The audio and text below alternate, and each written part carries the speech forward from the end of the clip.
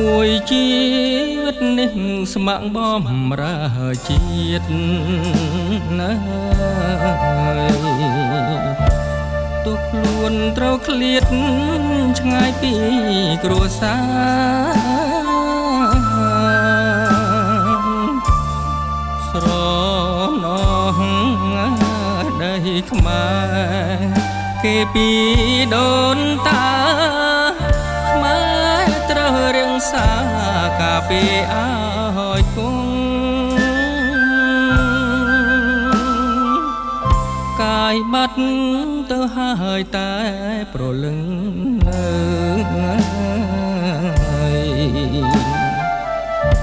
ដោះអស់កូនចៅចេញទៅប្រយុទ្ធ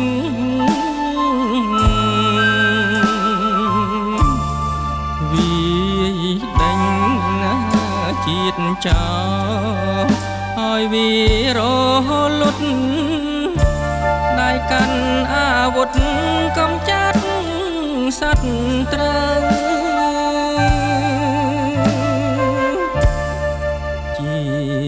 វិតជូនជាតិធាតុទុកជូនម្ដាយសូមបោជាកាយឥតស្ដាយស្រណោះ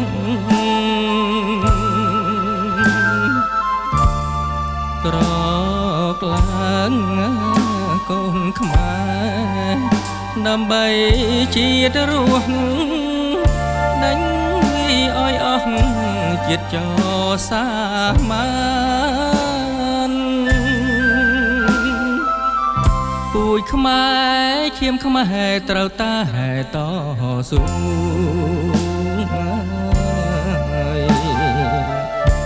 ក្រមលប់ដែលចូលកាពីឲ្យបានខ្មែរចេះរួបរวมជាតិយើងសុខសាន្តកូនខ្មែរក្លាហានស្លាប់រស់ទឹកដី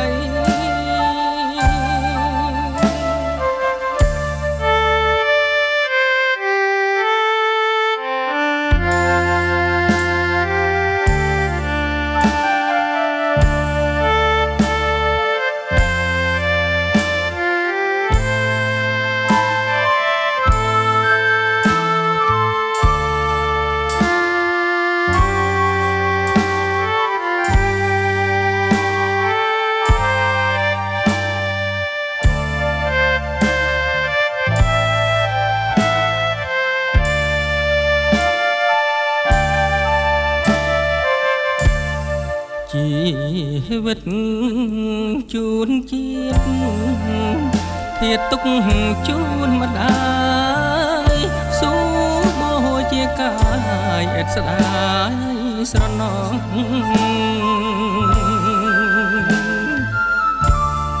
ក្រក្ឡើងណាកូនខ្មែរដើម្បីជាតិរស់ដេញវាឲ្យអស់ជាតិចោសាមានពូជខ្មែរឈាមខ្មែរត្រូវតែតស៊ូ